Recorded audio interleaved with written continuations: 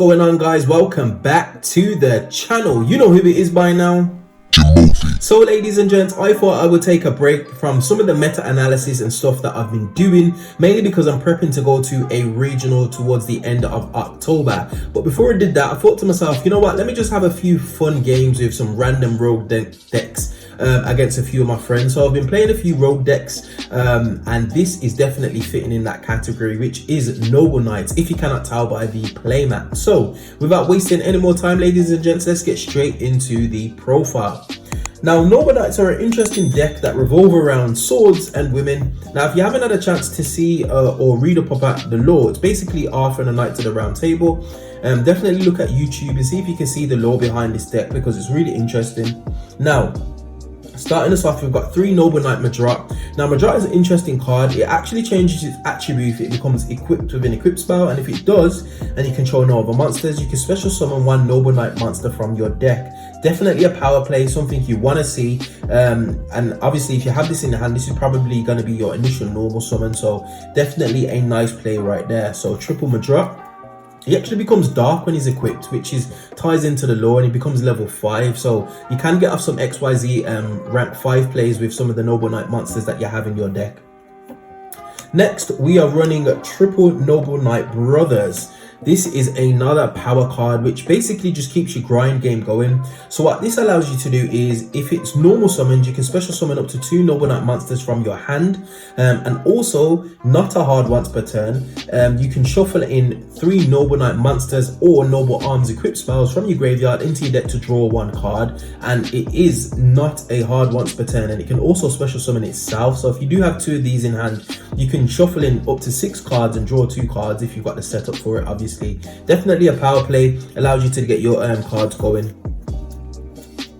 Next up, we have triple Custonin.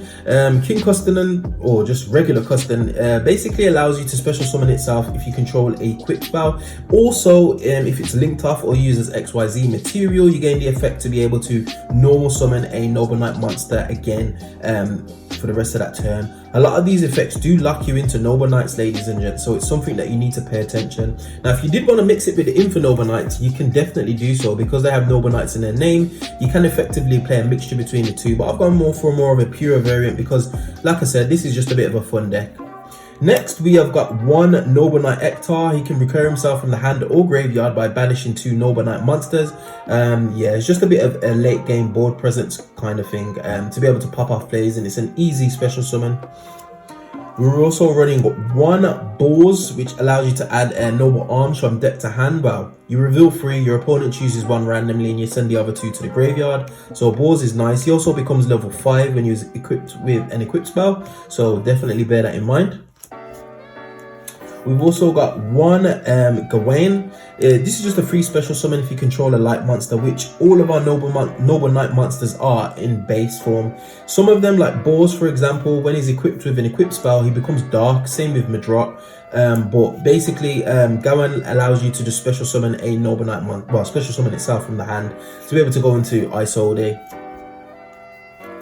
We're also running Pelennor, Pelennor. He can pop a card when he's equipped with an equipped spell, as well as draw a card. So just a bit of recursion. This is actually a bit of a flex spot. You could actually take Pelennor out and the following cards I'm about to show you. So we're also running 1 Dristan and 1 Ivan. Ivan can special summon a token when he's equipped with the equipped spell, and Dristan just prevents targeting basically. Yeah. We're also running the ladies. So I'm actually running 1 Lady of the Lake, which is a tuner, and 1 Guinevere, which is basically an equipped spell but in monster form.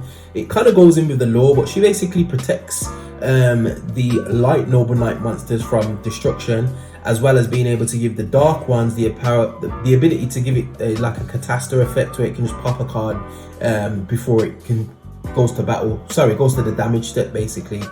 Lady Lake is just a bit of a tuner. She can recur herself as well as recur a monster at the graveyard, but we're not playing any of the normal monsters, so yeah. But it allows us to go into the 1 synchro monster that we've got in our deck, so yeah. Next up, just for a little bit of removal, we're running one Immortal Phoenix Gearfried. He's the only fire warrior monster we've got in our deck.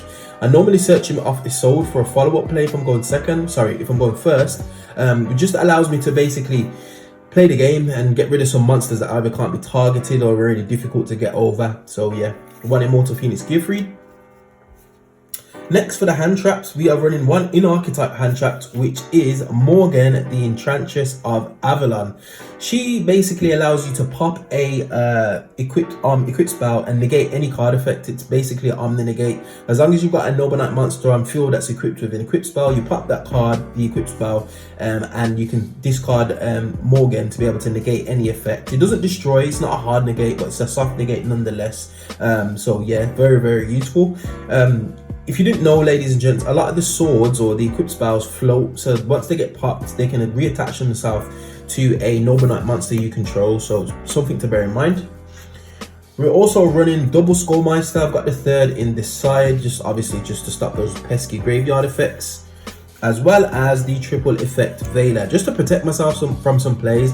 Now, I've gone for cards that are not a hard once per turn, mainly because if you're drawing off brothers, or if you're drawing off any of your other effects, you basically just want to be able to play your hand traps, and if you draw into multiple Veilers, it's not a problem. Next, for the spells, so for some consistency, we are running triple Heritage of the Chalice. Allows you to add a card from deck to hand. You can also add it back if your Noble Knight monster gets destroyed, which is super useful. Now, for the Noble Knight Arms cards, now this is definitely up to personal preference. I'm actually playing 7, so I'm playing double Excalibur, double Noble Arms of Destiny, one Gallatin, one Caliburn, and one, am I playing 2 Caliburn? No, 1 Caliburn and 1 Claret. Now, obviously, this is definitely up to you, ladies and gents, but a lot of the Noble Arms equipped spells can float. Now, it does look like a lot, and it does look like it could potentially clog up your deck, but a lot of the monsters that you're going to be summoning off your Isode are level 4, so you need to at least have a few in deck to be able to send to graveyard, and you can shuffle a few of them back with your brothers to be able to draw a card, or you could just leave them in graveyard for some of the XYZ monsters that we've got, which allows them to equip these cards from the grave. So each of them do something various, but nevertheless, mainly these two that I've got at 2 are the most useful, because Noble Arms of Destiny can obviously protect your cards from destruction and card effects, and I think it's Excalibur that prevents targeting. So these are the most useful, but nevertheless the rest are useful just to be able to protect some of your monsters and just be able to get your Noble Knights effects off. So yeah, very interesting deck how it plays. It can be a bit of a grind if you're not too sure how the deck plays. It's a bit awkward to play against. Just for some power 1-hours, Rotak, because we're playing a warrior deck, Called by the Grave, and Monster Reborn, just to keep our plays going.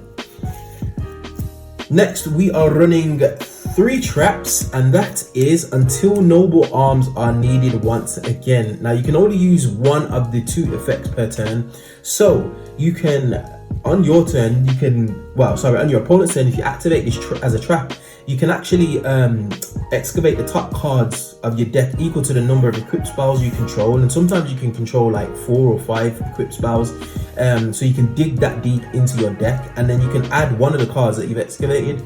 It doesn't have to be a Noble Knight card, it can be a hand trap, it can be a spell, it can be anything you want, which is just super useful. Also, obviously on the following turn after you've used that effect, you can actually banish this card from your graveyard to special summon a Noble Knight monster from your deck, which is just crazy. So definitely a free of, in my opinion. Just being able to get into hand traps, and that's the whole point that you can play so many hand traps in this deck, ladies and gents. It's just to be able to dig through your deck with either brothers or Until Noble Arms Are Needed Again. Now on to the extra deck. The extra deck is not complete by any shape or form, but like I said, this is a fun deck, and it's fun to actually use Isode in its own deck.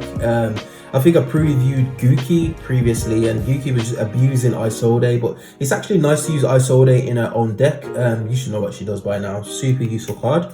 You could potentially up this, but you can always shuffle one back with your brothers, so 2's more than enough, to be honest.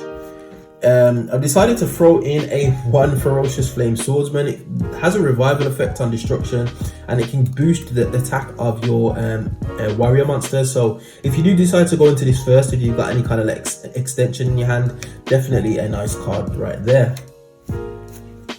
And for the rest of the links, just the 2 Nightmare Boys, nothing too simple.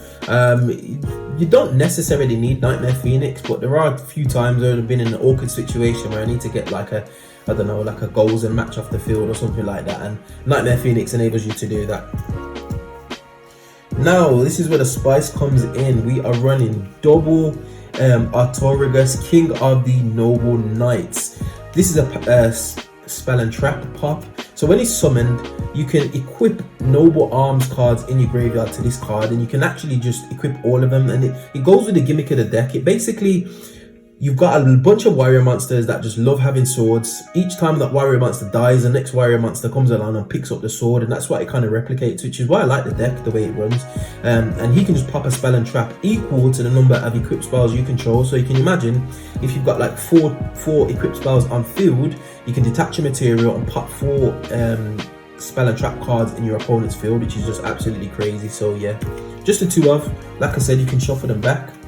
Kostanen is nice. If he leaves the field, he can actually XYZ into or rank up into another XYZ monster you control and use himself as a material.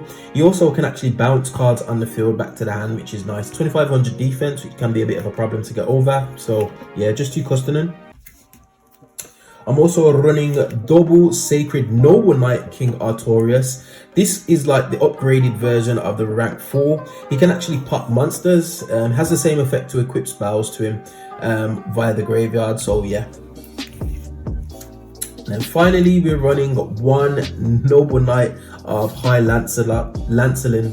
So he can actually equip a Noble Arms from your deck, and if he destroys a monster by battle, you can add a card from your deck to your hand, which is just nice, to be honest. You don't actually go into him too often, but it's just a nice tech, and I just thought to myself, you know what, it's a fun deck, let me see how many times I can get this guy out. Now, you do have a couple of spots for some flexi options, ladies and gents. You could actually put a Bagooska in if you really wanted to, or maybe even a couple of more links like an IP Masquerena to be able to go into your Nightmare Unicorn. But like I said, it's a bit of a fun deck, so I didn't really want to push the boat out in terms of meta consistency, so yeah.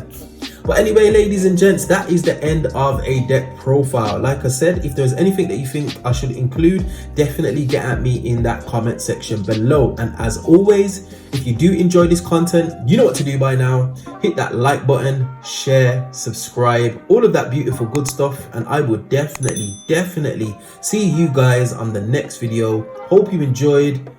Peace.